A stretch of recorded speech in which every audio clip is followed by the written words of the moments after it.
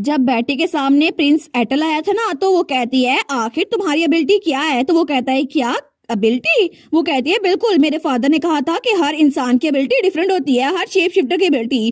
तो तुम्हारी एबिलिटी क्या है एटल। तो हमारा फर्स्ट प्रिंस वो सोचता है इनेट एबिलिटीज तो सिर्फ क्लोज लोगों के साथ शेयर की जाती है, जैसे कि फैमिली मेंबर्स या लवर्स। लेकिन मुझे नहीं लगता कि किसी और ने मुझसे कभी ये पूछा है, और ये तो बहुत रूड समझा जाता है। लेकिन ये जैसे मुझसे पूछ रही है ना, मैं इसको मना तो नहीं कर सकता। वो कहता है अच्छा मैं तुम्हें बता दूंगा, लेकिन प्लीज ये हमारा सीक्रेट है, किसी और को मत बताना। वो कहती है ठीक है मैं कभी किसी को नहीं बताऊंगी। वो कहता है हर एक शेप शिफ्टर की एबिलिटी उसके कॉन्स्टलेशन के हिसाब से होती है, और मैं एक ड्रैगन हूं ना, तो मेरी एबिलिटी वो रेन थंडर और फोग को कंट्रोल करना है। वो कहती है अच्छा इसी वजह से तुम क्लाउड्स में अपने आप को छुपा पाते हो। तो एटल कहता है बिल्कुल। वो सोचता है सिर्फ क्लाउड्स में नहीं, लेकिन वो कहती है क्या तुम्हारे पास ज्यादा सारी एबिलिटीज है। वो कहता है हाँ, हर एक शेप शिफ्टर के पास अलग अलग एबिलिटीज होती हैं, लेकिन मेरी थोड़ी पावरफुल है, बाकियों की तरह नहीं है। वो कहती है अच्छा ये बात है, इसका मतलब है कि रिटर के पास भी एक एबिलिटी है। तो तब वो कहता है क्या तुम सेकंड प्रिंस को जानती हो। तो हमारी बेटी कहती है हाँ बिल्कुल, लेकिन जहां तक मुझे पता है ना, रिटर की एबिलिटी वो तो पॉइजन है। तो वो सोचता है क्या इसको कैसे पता। वो कहता है लेकिन क्या उसकी एबिलिटी एलेक्सर या नॉन पॉइजन तो नहीं है। तो हमारी उन कहती है बिल्कुल नहीं, मेरी आंट मेरे लिए एक मेडिसिन लेकर आई है, और उन्होंने कहा है कि सेकंड प्रिंस ने उसको बनाया है। लेकिन कितना अजीब है ना, जहां तक मुझे पता है ना, उसकी एबिलिटी वो पॉइजन है।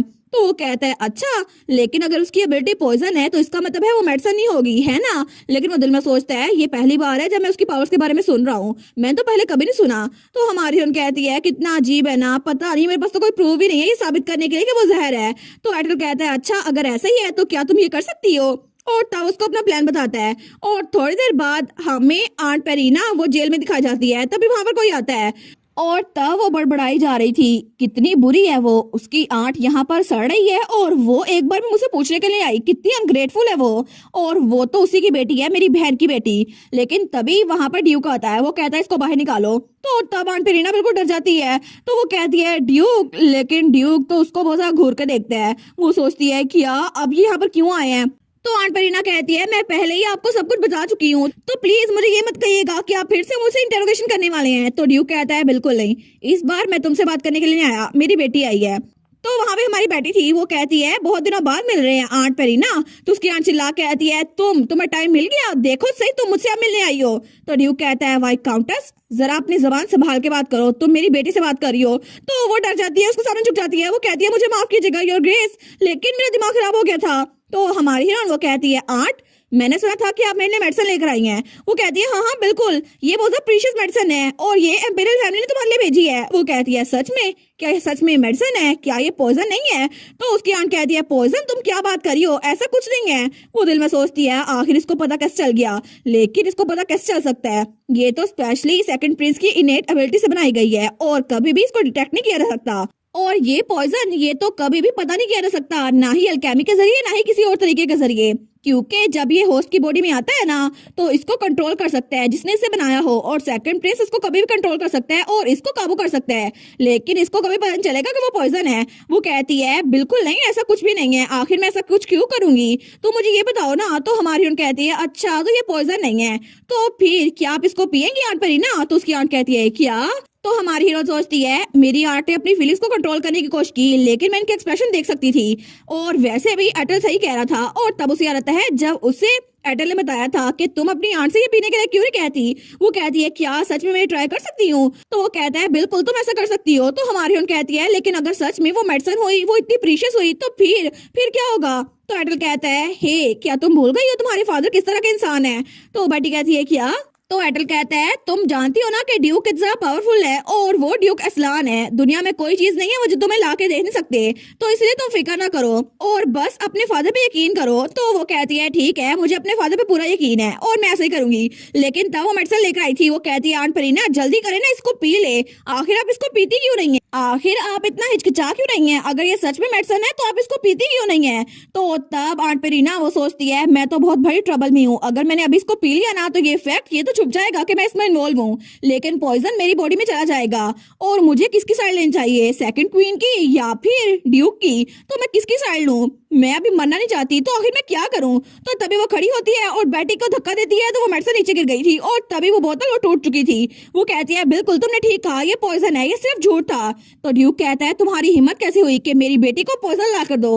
वो कहती है मुझे माफ कीजिएगा ड्यूक, मुझे माफ कीजिएगा, आप मुझे जो पनिशमेंट देंगे मैं कबूल कर लूंगी। वो कहता है कोई भी पनिशमेंट, तुमने ये खुद ही कहा है, तो अभी मैं तुम्हारी जान ले लूंगा। और तब उसकी तरफ तलवार करता है। तो तब आंट पेरीना तो बहुत ज्यादा डरी हुई थी। वो कहता है तुमने उस ट्रक का फायदा उठाने की कोशिश की और तुमने मेरी बेटी की जान को खतरे में डालने की कोशिश की। अब तुम्हें लगता है कि मैं तुम्हें ऐसे छोड़ दूंगा। लेकिन तभी हमारी हीरोइन ड्यूक को रोकती है। वो कहती है एक मिनट रुके ना फादर। वो कहता है मेरी प्यारी बच्ची मुझे माफ कर दो, तुम अभी बाहर चले जाओ, तुम्हें ये देखना नहीं चाहिए। वो कहती है नहीं नहीं ऐसा कुछ भी नहीं है। वो कहता है क्या तुमने इसको माफ कर दिया? तो बेटी कहती है बिल्कुल नहीं, मैंने माफ नहीं किया, लेकिन चीजें ऐसे बेहतर नहीं हो सकती। उसके बदले में वो अपने पर्स से कोई चीज निकालती है और कहती है ये डॉक्यूमेंट, मैं इसके जरिए इनसे वो लूंगी जो इनके लिए बहुत ज्यादा वैल्यूएबल है और जिनके बगैर ये जी नहीं सकती। तो बेटी की आंट पेरीना वो हंसते हुए कहती है सच में मेरी लाइफ से भी ज्यादा वैल्यूएबल वो क्या हो सकता है? तो हमारी उन कहती है मुझे लगता है ये एक्सप्रेस करना थोड़ा हार्ड होगा, लेकिन आपकी वजह से मुझे पता चल गया है, थैंक यू सो मच। तो वो कहती है क्या? तो हमारी उन कहती है सबसे पहले आपने मेरे पैसे चुराए, जो मेरे फादर मुझे सपोर्ट करने के लिए पैसे भेजते ना वो चुराए। उसके बाद आपने डॉक्यूमेंट्स को फोर्ज किया और तीसरे नंबर पर आपने चाइल्ड अब्यूज किया और मुझे निग्लेक्ट किया। और अब आपने खुद ही कंफर्म किया है आपने अनसक्सेसफुल असैसिनेशन की है, मुझे मारने की कोशिश की थी और इसी वजह से आपको गोल्ड कॉइन से अपना क्राइम पे करना पड़ेगा। और वैसे भी ये कंपनसेशन सिस्टम के जरिए बिल्कुल ठीक है। वो सोचती है कंपनसेशन सिस्टम के जरिए अगर किसी का कोई नुकसान होता है ना तो उसके बदले में गोल्ड कॉइन्स दिए जाते हैं और ये सिस्टम इंपीरियल पैलेस में कोई भी छुटला नहीं सकता। और मैंने अपने भाई की हेल्प ली थी और एडर की हेल्प ली थी, इसी वजह से मैं कंपनसेशन को कैलकुलेट कर सकी हूँ। तो तब आंट पेरीना हंसते हुए कहती है सच में तुम्हें लगता है कि मेरे पास इतने पैसे नहीं है? मुझे लगता है कि तुम लोग के पास पैसे खत्म हो गए ना तो मैं तुम लोग को दे दूंगी, चलो इसको ले लो और मेरी जान बख्श दो और मुझे यहाँ से जाने दो। वैसे भी तुम्हें क्या लगता है वाई काउंटर्स के पास कोई रकम नहीं होगी? तो हमारी उन कहती है आपको क्या लगता है कि हम यहाँ किस रकम की बात कर रहे हैं? जो सारा गोल्ड अभी तक मैंने कैलकुलेट किया है ना वो आपके घर से भी पूरा नहीं होगा और इसीलिए बाकी का अमाउंट वो हम कहीं और से लेंगे। सबसे पहले हम आपकी प्रॉपर्टी को अपने कब्जे में करेंगे और आपका वो एक्सपेंसिव मेंशन और इसके अलावा वाई काउंटर्स कैपिटल के करीब जो आपका मेंशन है ना वो भी हम ले लेंगे और आपकी पेंशन वो भी ड्यूक के घर में जाएगी फ्यूचर के लिए और ये सब कुछ हम करेंगे। और इसके अलावा आखिरी बात कि आपका टाइटल वो भी हम छीन लेंगे। तो वाई काउंटर्स कहती है क्या? आखिर तुम क्या बात कर रही हो? मेरा टाइटल वो क्यों छीनोगी तुम? तो हमारी हीरोइन कहती है आपकी कंपनसेशन ऐसे पूरी नहीं होगी तो इसलिए हमें आपका टाइटल लेना ही पड़ेगा। और दूसरे लफ्जों में कहें ना तो आप बिल्कुल भी एक नोबल नहीं रही। तो आंट पेरीना तो बिल्कुल पागल हो गई थी। वो कहती है नहीं ऐसे नहीं हो सकता, मैं तो जब से पैदा हुई हूँ ना मैं तब से नोबल हूँ, मैं तो मरते दम तक नोबल रहूंगी। लेकिन क्यों? अगर मेरे पास मेरी नोबेलिटी ना हुई तो मैं दूसरों से सुपीरियर नहीं हो सकूंगी और मैं दूसरों को नीचा नहीं दिखा सकूंगी। क्या सच में मैं इसको बर्दाश्त कर सकती हूँ? तो वो कहती है मेरी प्यारी नीस मुझे पता है कि मेरे एक्शन ऐसे थे लेकिन प्लीज मेरे साथ ये मत करो ना। तो हमारी हम सोचती है देखा ऐसे लोगों के साथ डील करने का यही बेस्ट वे है, लेकिन मुझे नहीं पता कि ये सच में इतनी इवल थी। तो उसकी आंट वो कहती है प्लीज मेरी बात सुनो ना। अरे हाँ तुम्हारी माँ, बिल्कुल तुम्हारी माँ अगर जिंदा होती ना तो वो कभी ऐसा ना करती। तुम्हें पता नहीं तुम्हारी माँ मुझे कितना पसंद करती थी। तो हमारी उन कहती है मेरी मॉम? वो कहती है बिल्कुल तुम्हारी माँ ने तुम्हें मेरे हवाले किया था और तुम भी ऐसे ही करोगी, बिल्कुल तुम मुझे छोड़ दोगी है ना, मेरे टाइटल भी छोड़ दोगी। तो हमारी हीरोइन कहती है अगर मेरी मॉम ने मुझे आपके हवाले किया था तो आपने मेरे साथ सब कुछ क्यों किया और आपने मेरी मॉम की बिलोंगिंग्स भी ले ली। तो आंट पेरीना कहती है क्या तुम्हारी माँ की बिलोंगिंग्स? नहीं ऐसा तो कुछ भी नहीं था, मुझे इस बारे में कुछ नहीं पता। तो हमारी हीरोइन कहती है ये सारा कुछ झूठ है, आपको पता है क्योंकि आपने ये सब कुछ मेरी मॉम से लिया था। जो ज्वेल्स आपके पास है ना वो सारे के सारे मेरी मॉम के थे और इसके अलावा जिस मेंशन पे आप खर्चा करती है ना वो सारा खर्चा भी मेरी मॉम की वजह से आया था। आपको लगता है कि मुझे पता नहीं होगा? मुझे सब कुछ पता है।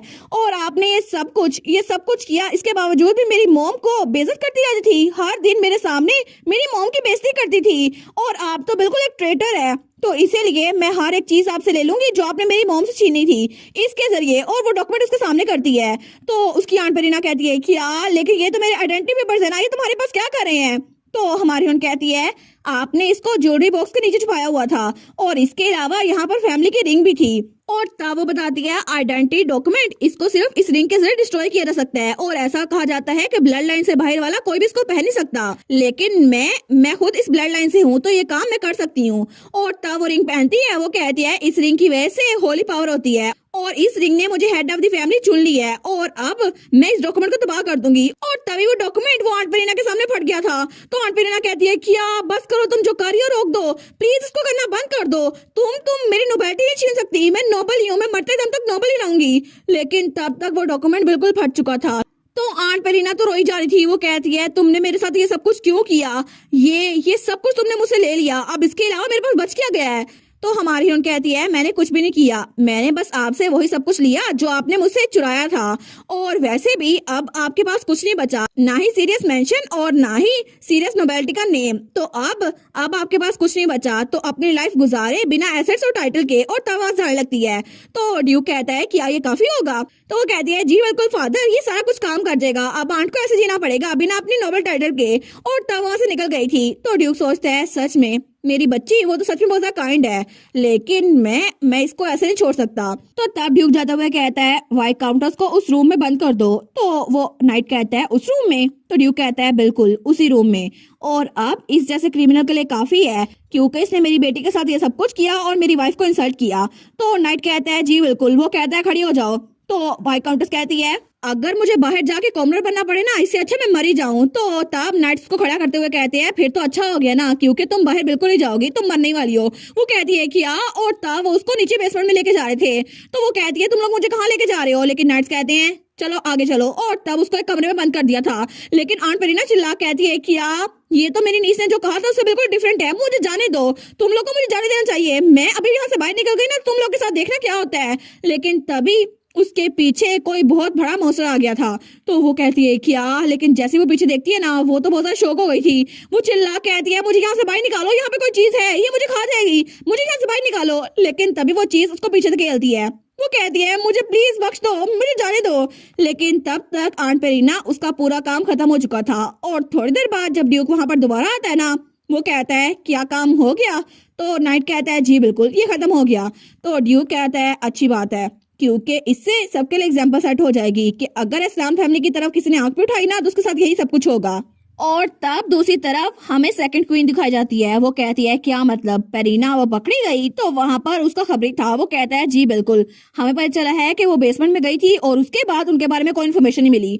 तो सेकंड क्वीन कहती है कितनी स्टूपिड थी वो, आखिर उसने पॉइजन को कैसे पकड़े जाने दिया, ये तो बिल्कुल डिस्कवर नहीं हो सकता था। तो तब वो सोचती है अब तो ड्यूक रॉयल फैमिली पे भी शक कर रहा होगा। लेकिन वो कहती है ये बात फैला दो कि रॉयल फैमिली से जो पॉइजन था वो चोरी हो चुका है और वो किसी और के हाथों में चला गया है, ताकि कोई भी रॉयल फैमिली पे शक ना करे। तो खबरी कहता है जी। तो सेकंड क्वीन सोचती है हमारे रास्ते में जो कांटे थे ना, हम उसको हटा सकते थे अगर बेटी असलान वो ड्रिंक पी लेती। लेकिन ड्यूक उसने तो जंग जीती थी और हर कोई ड्यूक की फैमिली की तारीफ करा था, रॉयल फैमिली की नहीं। और इसीलिए हमारी एग्जिस्टेंस वो भी खतरे में पड़ चुकी थी। लेकिन हमें उनको एलिमिनेट करना ही था, तो हमने उनके लिए बहुत सारे असैसिन भेजे। लेकिन वहां पर कालितूस ड्यूक का बेटा, उसने हर एक असैसिन को मार डाला और वो कभी भी उनको एक खराश भी डाल नहीं सके। लेकिन ड्यूक असलान उसकी एक वीकनेस थी, उसकी बेटी, और वो तो बचपन से बहुत ज्यादा कमजोर थी। इसीलिए हमने वो पॉइजन भेजा जो देखने में तो मेडिसिन लगेगा, लेकिन जब वो प्रिंसेस की बॉडी में जाएगा ना, तो कभी भी हम उसको एक्टिवेट कर सकती है। लेकिन जैसे ही ड्यूक हमारे पास आएगा तो हम उसको डीएक्टिवेट कर देंगे कुछ वक्त के लिए, ताकि ड्यूक को लगे कि हम उसको डिटॉक्स कर रहे हैं और वो हमारा मकरूज हो जाए और तब वो हमारे सामने झुक जाएगा। लेकिन ये सब कुछ फेल हो गया। तो तब रिटर भी वहां पर था। वो सोचती है इतनी अच्छी अपॉर्चुनिटी वो उस स्टूपिड की वजह से बिल्कुल खराब हो गई। तो रिटर कहता है मॉम क्या मेरी एबिलिटी काम नहीं आई। तो उसकी माँ कहती है रिटर। वो सोचती है रिटर मेरा प्यारा बच्चा, ये अपनी एबिलिटी पे बिल्कुल भी कॉन्फिडेंट नहीं था, क्योंकि इसके पास ये एबिलिटी थी ही नहीं।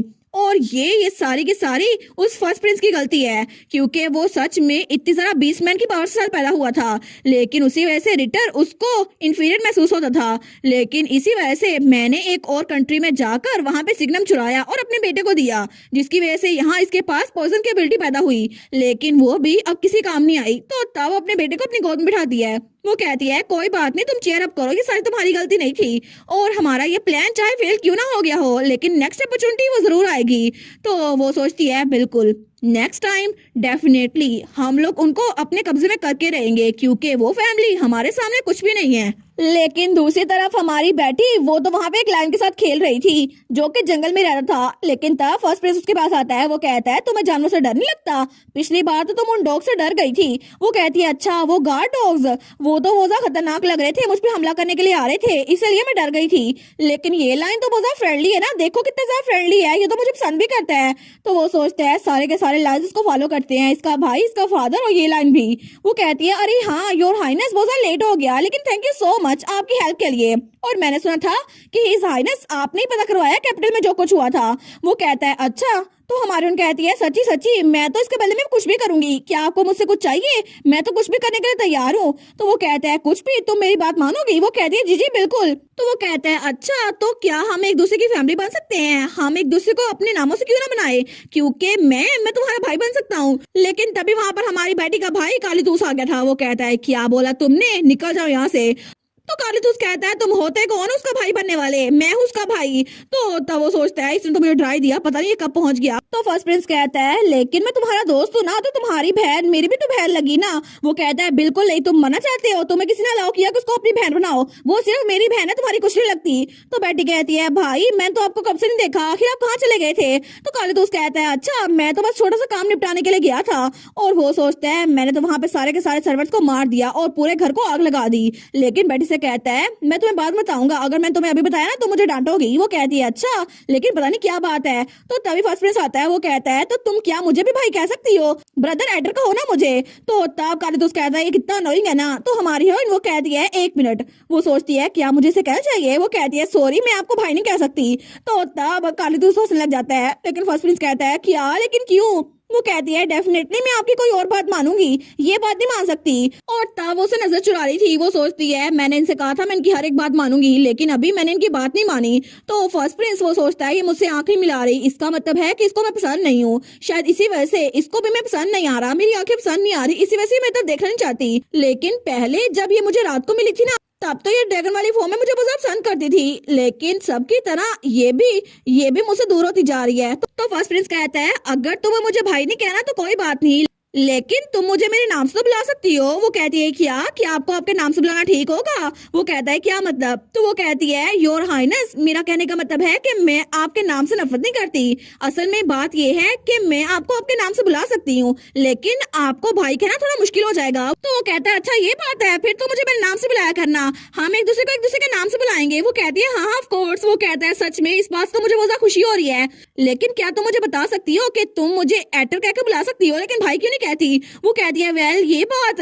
तो तब उसके कान में कहती है क्योंकि मेरा पहले से एक भाई है ना कालीतूस, और इसके अलावा मैं किसी को भाई नहीं बनाऊंगी क्योंकि वो मेरा प्यारा भाई है। तो कालीतूस कहता है बेटी, वो तो उसकी बात सुन लेता है। वो कहती है क्या तुमने मेरी बात क्यों सुनी कालीतूस?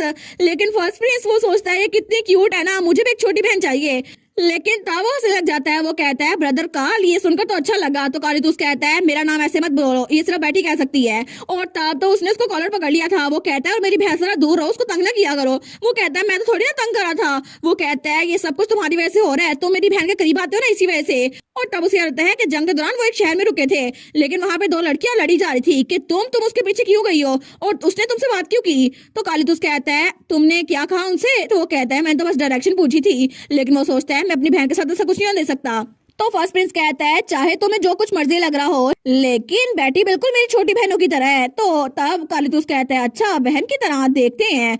लेकिन तब बीच से बेटी कहती है योर हाइनेस एटर, और भाई चलो चलते हैं। वो कहता है बस तुमने खेल लिया? वो कहती है हाँ हाँ चल चलते हैं। तो दोनों बहन भाई और वो छोटी सी गुलहरी वो भी कहते हैं चलो घर चलते हैं। लेकिन तब हमारी बेटी आगे जा रही थी, तो पीछे से कालीतूस जाते जाते कहता है ओए तुम, ये बात हमेशा याद रखना कि तुमने कहा है कि तुम बुशी टेल को अपनी बहन समझते हो, तो कभी भी इस बात से मुकरना मत। और तब वो आगे जा रहा था। वो कहता है अपनी बात पे कायम रहना।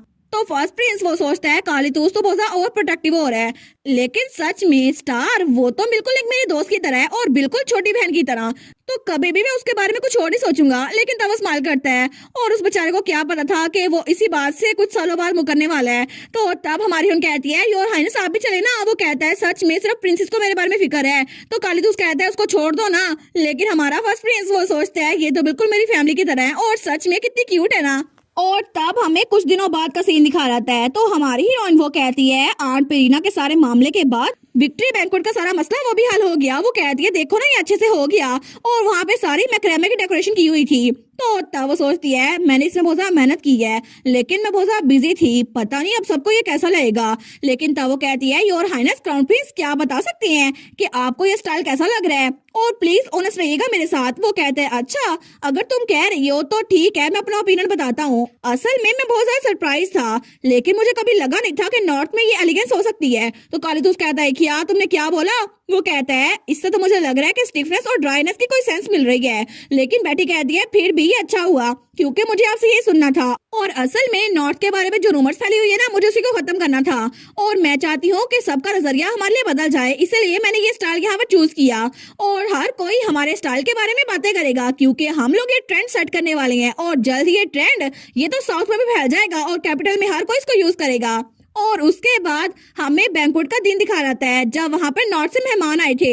लेकिन जैसे ही वो लोग वहां पे पहुंचते हैं ना, वो कहते हैं ओ माय गॉड सच में ये पार्टी नॉर्थ में रखी गई है, लेकिन ये कितनी ब्यूटीफुल है ना। तो वहां पे एक और लड़की आती है, वो कहती है मैडम आप पहुंच गई? तो वो कहती है वाई काउंटेस आप भी यहाँ पर हैं, लेकिन सच में आपसे मिलकर बहुत ज्यादा खुशी हुई। दूसरी कहती है हाँ हाँ बहुत दिनों बाद मिले ना। लेकिन वो कहती है आखिर ये डिजाइन कैसा है, मैंने तो पहले कभी नहीं देखा। दूसरी कहती है ये मैक्रेमे स्टाइल है, सारे के सारे गेस्ट इसके बारे में बात कर रहे हैं।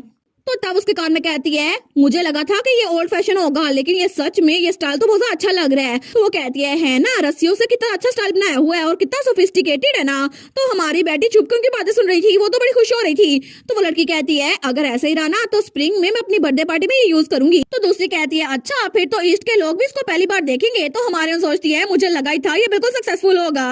वो सोचती है अब बस एक ही चीज रह गई है, अब मेरा आखिरी चांस है, मैं कोई गलती नहीं करूंगी। और वहां पर मेज में कुछ ढका हुआ था। तो तभी कोई कहता है ladies and gentleman please welcome करें इस कैसल के ओनर को, ड्यूक असलान को। और तभी वहां पर ड्यूक आता है और तब उसके हाथ में शैंपेन का ग्लास पकड़ा हुआ था। वो कहता है मैंने देखा सब लोग यहाँ पर आ चुके हैं, लेकिन सफर बहुत ज्यादा लंबा रहा होगा ना, और इतनी लंबी जंग के बाद फाइनली विक्ट्री हमारी हुई, इसी वजह से हमने ये बैंक्वेट रखी हुई है। और अगर हम विक्ट्री की मेमोरीज की बात कर ही रहे हैं तो मैं अपनी बेटी को जरूर मेंशन करूंगा। तो हमारी सोचती है क्या मुझे मेंशन करना है? तो ड्यूक कहता है ठीक है, तो आपको बता दूं कि ये सारा कुछ सिर्फ मेरी बेटी की वजह से मुमकिन हो पाया है, क्योंकि अगर फूड शॉर्टेज का मसला हल ना हो पाता तो ऐसा कुछ ना होता। तो तब कालीदूस वहाँ खड़ा अपनी बहन की बातें सुन रहा था। वो सोचता है सच्ची फादर तो बिल्कुल ठीक कह रहे हैं, और सब लोग भी बहुत ज्यादा खुश थे। लेकिन 10 मिनट बाद ड्यूक तो उसके बारे में बातें किए जा रहा था। वो कहता है मेरी बेटी तो बहुत ज्यादा यंग है, लेकिन उसने हमारी बहुत ज्यादा हेल्प की है।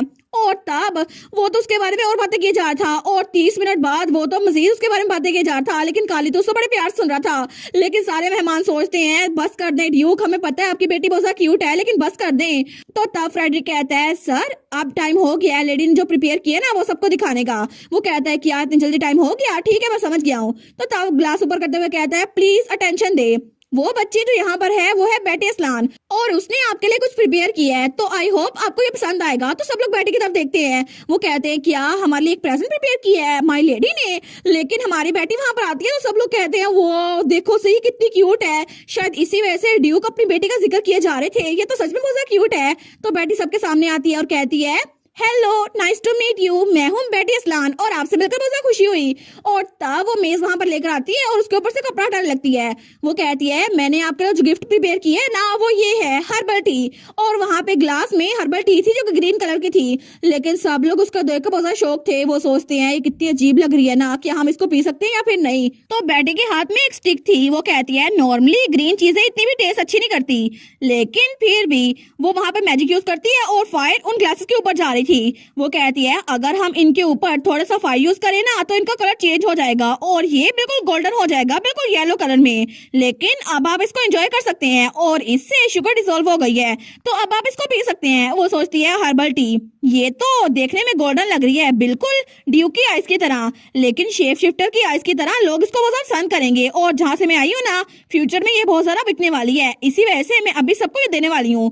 तो वो सोचती है ये लोकल प्रोडक्ट है जिसका अच्छा टेस्ट है, तो ये एस्थेटिक के हिसाब से भी अच्छा है। वो कहती है प्लीज इसको लेना, और वैसे भी ये टाइटनेस के लिए बहुत अच्छी है। तो सब लोग कहते हैं सच में ये तो बहुत क्लियर लग रहा है, और इसको देखकर तो लग रहा है जैसे मैं गोल्ड पी रही हूँ। वो सोचती है देखा, मुझे लगा था कि मेरे इमरजेंसी फंड के लिए बिल्कुल ठीक रहेगा, क्योंकि कमिंग ऑफ एज सेरेमनी से पहले मुझे कहीं और जाना पड़ा था, लेकिन अब उसकी जरूरत नहीं है। और तब अपने फादर और भाई की तरफ देखती है। वो सोचती है क्योंकि मेरे पास मेरी लविंग फैमिली है ना, तो मुझे कहीं जाने की जरूरत नहीं है। तो तभी वहां पर एक लड़की आती है। वो कहती है सच में क्या मैं भी ट्राई कर सकती हूँ माय लेडी? वो कहती है जी जी बिल्कुल, बहुत सारी पड़ी हुई है। वो सोचती है इस तरह से मैं कस्टमर ले रही हूँ, लेकिन अगली बार मैं इन सबसे पैसे लूंगी।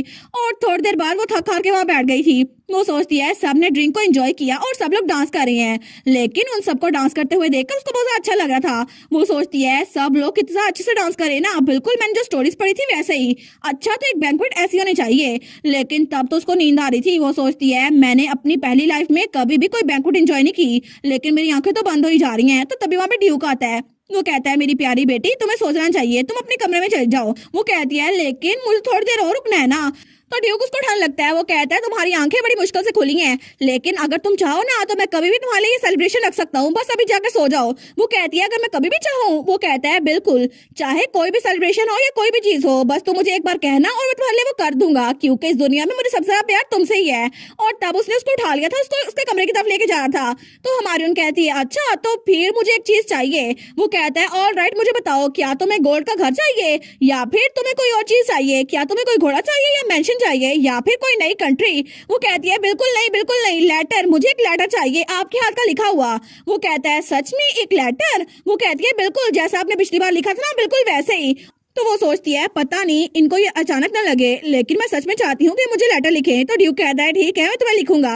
वो कहती है सच्ची? तो ड्यूक कहता है बिल्कुल, ये करना बिल्कुल भी मुश्किल नहीं है, और मुझे लगता है कि मैं रोजाना तुम्हें कोई ना कोई लेटर लिखता रहूंगा। वो कहती है फिर तो मैं इसका इंतजार करूंगी ना। और वो तो बड़ी खुश हो गई थी। तो तब वो कहता है क्या तुम्हें कुछ और चाहिए, जैसे गोल्ड की बनी हुई कैरेज? वो कहती है नहीं नहीं, मैं बिल्कुल ठीक हूँ।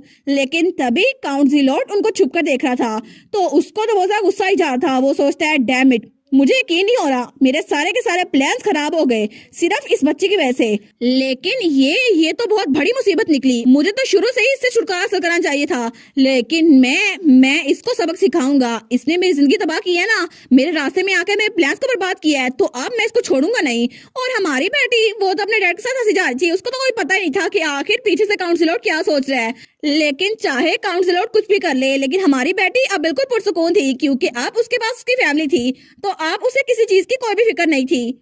और इसी के साथ सीजन 1 वो भी यहीं पर खत्म। तो सीजन 1 में आपका फेवरेट कैरेक्टर कौन सा था, मुझे कमेंट्स में बताइएगा। मेरा फेवरेट कैरेक्टर तो काली दोस्त था, हमारी बेटी का भाई। तो आप लोग का फेवरेट कैरेक्टर कौन सा था? और मजीद वीडियोस देखने के लिए चैनल को सब्सक्राइब कर लें और वीडियोस को लाइक कर लें। Thank you so much for watching my videos and bye bye.